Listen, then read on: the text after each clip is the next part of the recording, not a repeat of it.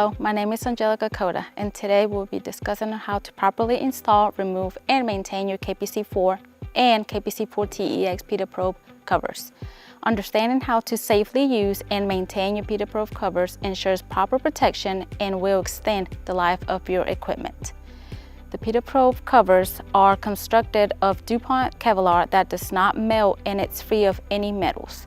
The PETA-probe covers are manufactured with installation loops, a pull-off loop, and an eyes warning streamer with a pull-off or resistance of 4 pounds. Prior to installing the cover, make sure to inspect the cover to ensure there is no damage. Inspect the interior of the cover. Grasp the reinforced head of the cover and align it with the end of the PETA-probe. Install the cover in line with the PETA-probe and not in an angle. Slowly press the cover onto the sensor with steady force until the cover is completely installed. To remove the PETA-probe cover, firmly grasp the cover and slowly pull away from the sensor, ensuring the cover remains straight and not in an angle until the cover is removed from the sensor.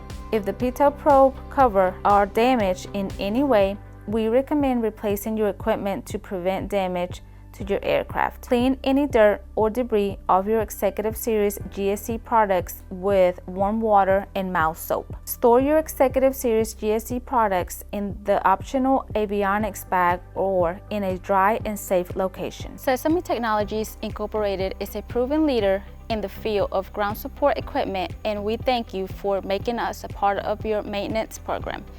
Thank you for choosing Sesame Technologies Incorporated Executive Series GSE for your aircraft protection needs.